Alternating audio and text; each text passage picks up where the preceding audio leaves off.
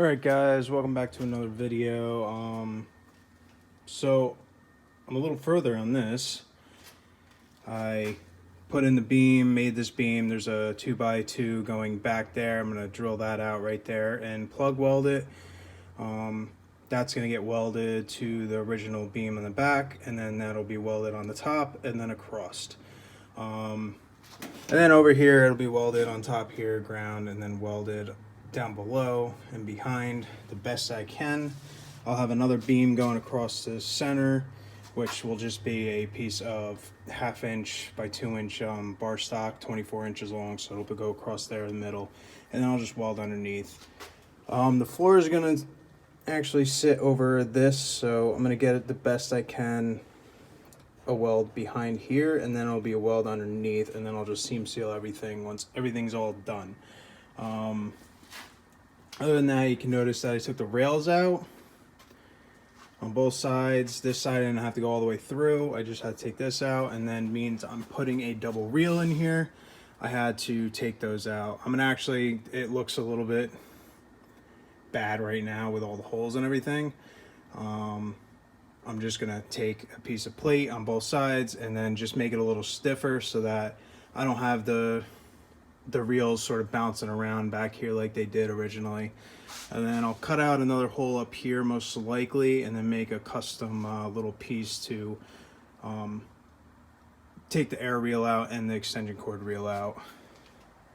So I got a 75-foot extension cord reel. It's just easier to clean up, especially with, you know, a 12 gauge setup. As anybody knows that has a 12 gauge extension cord, it's sort of a pain to roll up.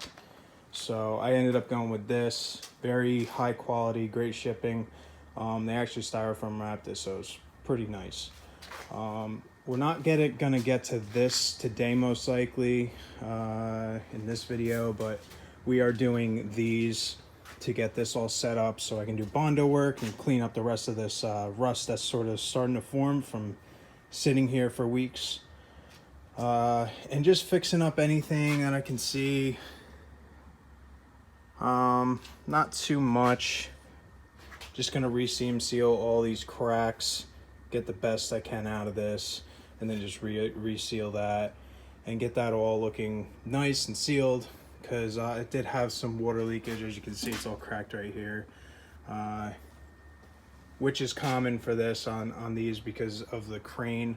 So it's just a lot of weight on the back, so it sort of pulls the boxes apart a little bit. So I might end up welding a couple more stitch welds down that as well. In here, doing the same thing. I'm going to put a piece of bar stock going across, and then this is already sort of set up. This one's, I can sort of get back here and get a weld on that, a weld underneath, and then a weld on top, and finish welding all that. And then this, you can see, since the crane's on this side, it has this extra like little stiffener going across just to give it more rigidity. So that'll be welded back up on there as well. And then I'll just slide a plate underneath and pretty much weld that to that, and weld the backside to the beam. Unfortunately, I can't put one whole shelving in here because of that bump out that's right there. So I will actually just cut it in half, and then that's what the bar is for. I'll leave a good size fillet weld and pretty much get this all in, and pretty much almost there. There's still a lot of stuff to do, but this is the main stuff. And I just want to get this done so that I can get the body work done, get this all primed, and the Raptor liner sort of on the truck. The back, it's sort of going to be a little more time consuming, mainly because I have that, which I mentioned in my last videos. It's getting worse as it's been sitting. I have to redo that whole setup, and as you can see, it is also leaking. So the piston seal is most likely shot. Hopefully the shaft isn't all messed up and scored and everything, but depending, I think that one over there just needs to be resealed. But I want to sort of do it now while everything's going to be coming off anyway. So we'll do that. And I sort of have an idea of what I'm doing for the bumper, but that's going to be sort of like a build as I go type scenario. So let's get into it. I paused long enough and explained long enough. So let's do it.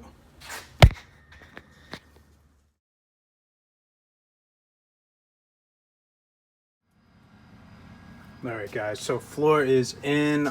Just stitch welded it on top. Not too worried. I'm going to stitch weld it on the bottom and then finish up the welds underneath. I welded the sides, just stitch weld the sides onto there. And then I actually cut off the residual amount that I was going to overhang because it just didn't meet up right.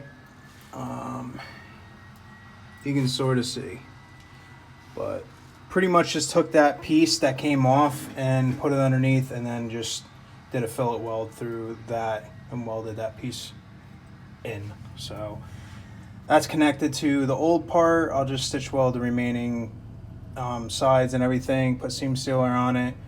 Other than that,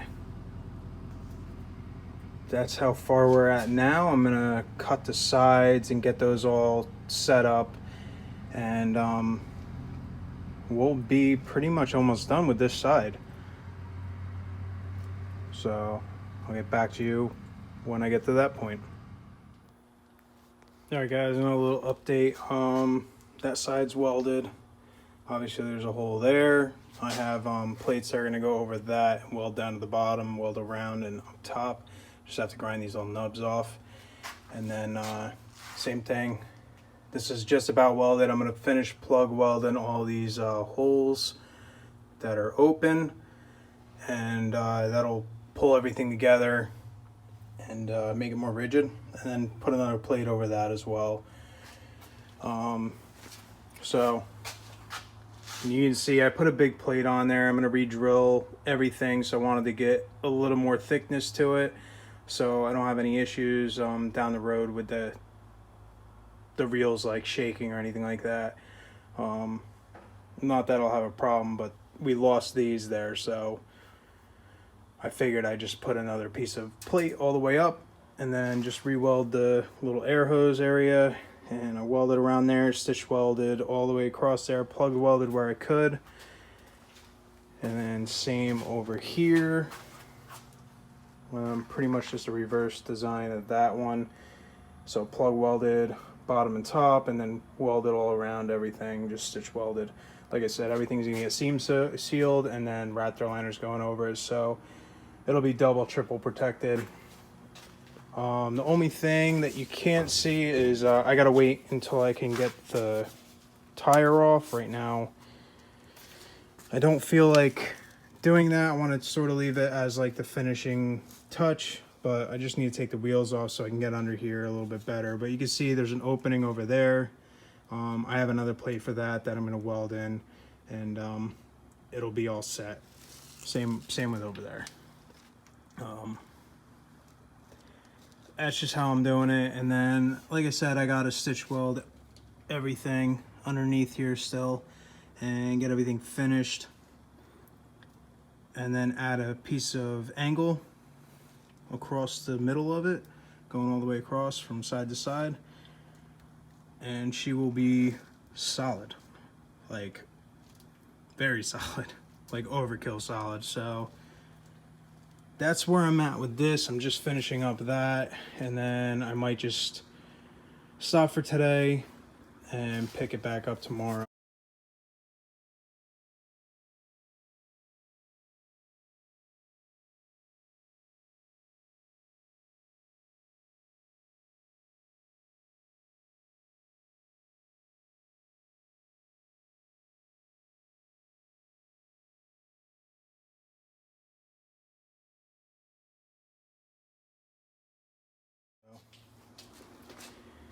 Thank you guys for watching this video. This is part 1 of the welding and fabrication, and I think like part 5 of the series, but we're getting somewhere finally. And obviously winter's coming, and I'm gonna have a little bit more time because it'll be a little bit slower here and there.